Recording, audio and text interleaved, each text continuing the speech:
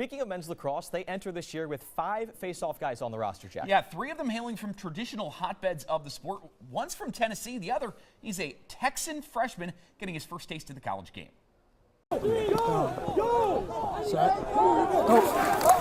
The second I stepped on campus, a big thing for me was just how the team and how the environment feels. The second I stepped on campus and met with Coach Fifes and the guys, I knew that this was like home away from home for me. Burlington is a long way from Southlake, Texas, a suburb in the Dallas-Fort Worth area where freshman Fogo Neel Shenoy grew up.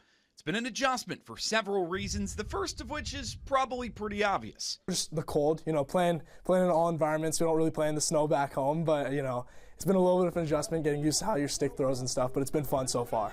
There's an expression about Texas. They say everything's bigger down there, but for most of Shenoy's life, that wasn't true about the sport of lacrosse. It's definitely changed a lot over the course of me playing there. When I first started out, it wasn't that big. Every kid in Texas wants to play for a big football program. All the high schools have huge football games and stuff.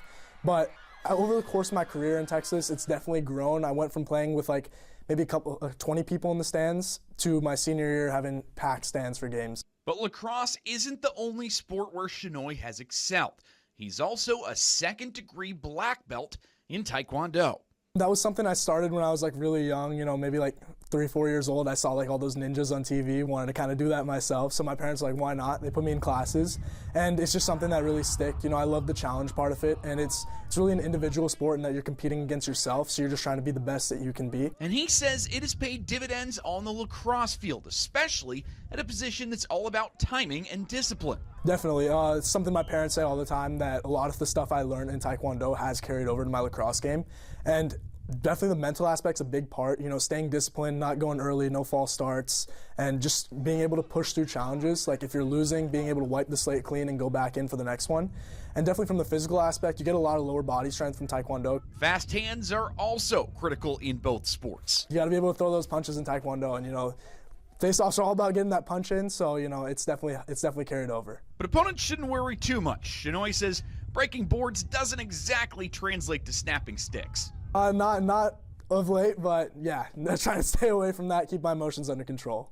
Shenoy finds himself a little ways down the depth chart to start the season, with preseason all-conference selection Henry Dodge and sophomore Fogo Walter Zhao expected to get most of the reps. But he's looking forward to doing whatever he can to help the team here in year 1. Yeah, absolutely. I think face-offs are a unique position in that there's one guy that plays, but it's the whole unit that kind of contributes to success on game day. So right now, just embracing my role, coming in as a freshman, just trying to make the guy that's going in as good as possible. And if my chance comes up, be ready to take that chance. But it's all about making sure the team is ready to go for game day and doing my best during the week to help prepare the guy that's going to go and play.